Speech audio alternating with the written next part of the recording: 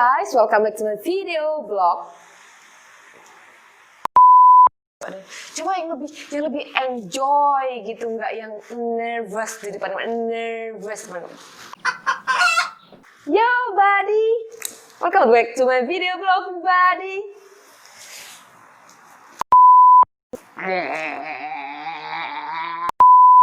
Yo buddy, welcome back to my video blog. And now you watching me, Fuad Maharani. You can call me Fu, that's my name.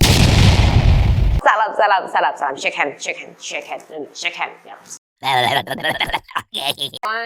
2, 3. Hello, my buddy. I am Soy Fuad Maharani. Welcome back to my video blog. And it's too much. It's too much. Come on, fool. You can do this. You can be normal like other people. And you can act like a lady. So you drink like this. And you can make up like the lady, beautiful lady. It's not. I think every lady not like acts like that. Except me.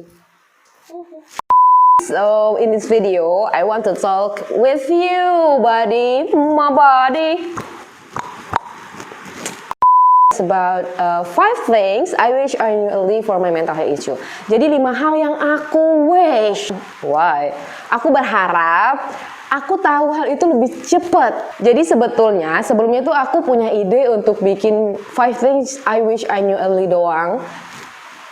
Tapi setelah aku searching beberapa artikel, science artikel gitu, terus juga nonton youtuber gitu yang ngobrolin tentang self improvement, mereka banyak banget kayak ngobrolin di berbagai aspek gitu, entah itu di finansial, entah itu di self improvement, entah itu di education, entah itu di family, and so many guys. Jadi aku memutuskan buat, why don't I talk about mental health issue?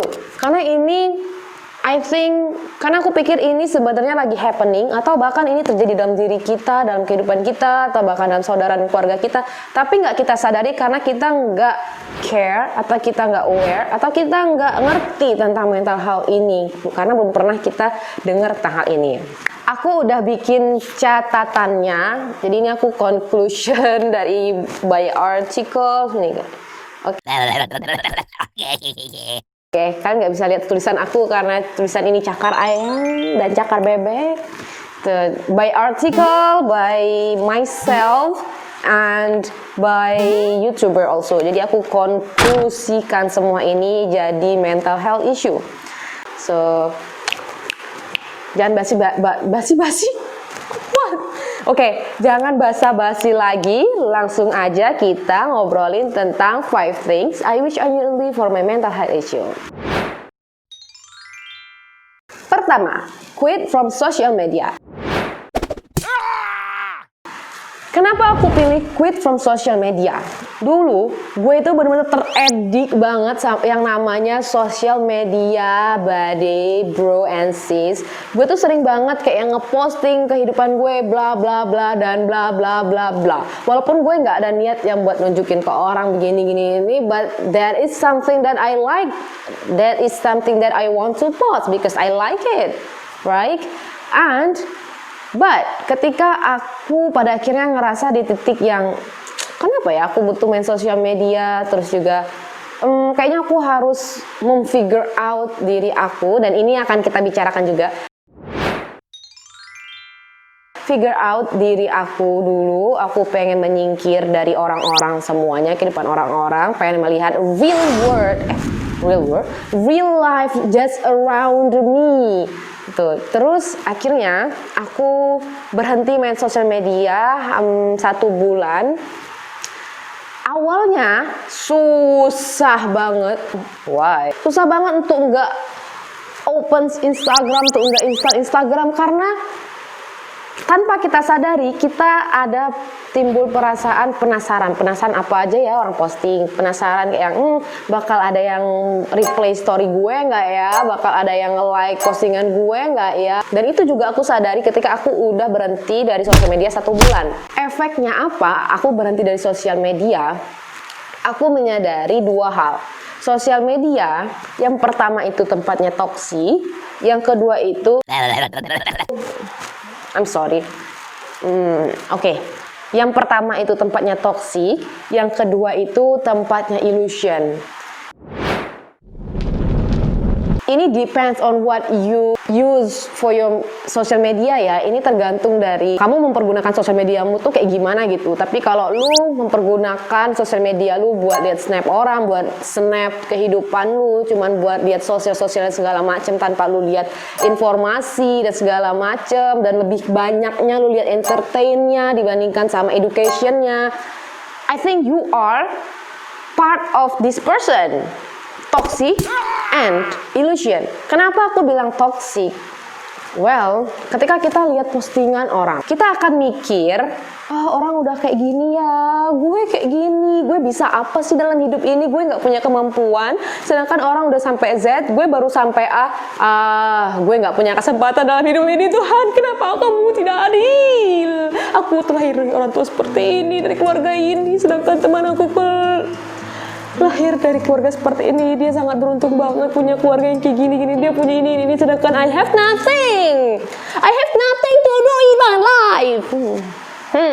Itu yang buat halaman sosial media kita itu penuh dengan toksik, karena itu ngedrain emosi kita, dan itu hanya menghabiskan pikiran kita, emosi kita, dan perasaan kita jadi lebih negatif, dan nggak ada positifnya, vibe-nya. Yang kedua, ilusi. Ini sebenarnya saling berhubungan sih. Kenapa aku bilang ilusi? Karena tadi itu orang ngeposting sesuatu, mereka ngeposting apa yang pengen orang lain lihat. Sama halnya kayak kita ngeposting sesuatu apa yang kita pengen orang lain lihat. Walaupun kita nggak ada niat sombong, nggak ada niat banggain, atau kita nggak ada niat membuat orang lain kagum dengan diri kita, tapi hal itu adalah hal yang nggak kita sadari. Ketika kita lihat postingan orang lain, bla bla bla bla, orang ini kayak gini, itu adalah postingannya orang lain, itu kita terjemahkan di kepala kita itu seperti orang ini cantik ya, orang ini kelakuannya kayak gini, bla bla bla bla bla bla bla. Sedangkan kita nggak tahu pasti diri dia in real life sama sekali, not 100%. Kita nggak tahu sama sekali kehidupan dia di real life 100%, bro, sis. Jadi itu adalah bagian dari ilusi yang kita buat sendiri di pikiran kita, lalu kita percayai dan menjadi toksik buat diri kita sendiri.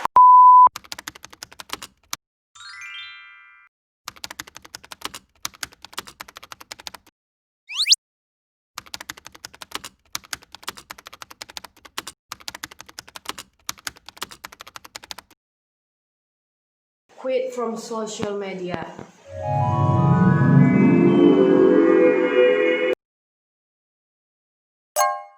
Si Belva baru upload foto.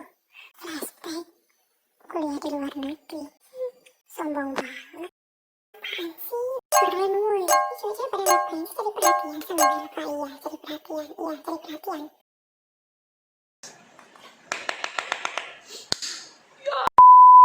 Just live the life. Come back to a video blog. How are you today? Benernya, kok serius banget?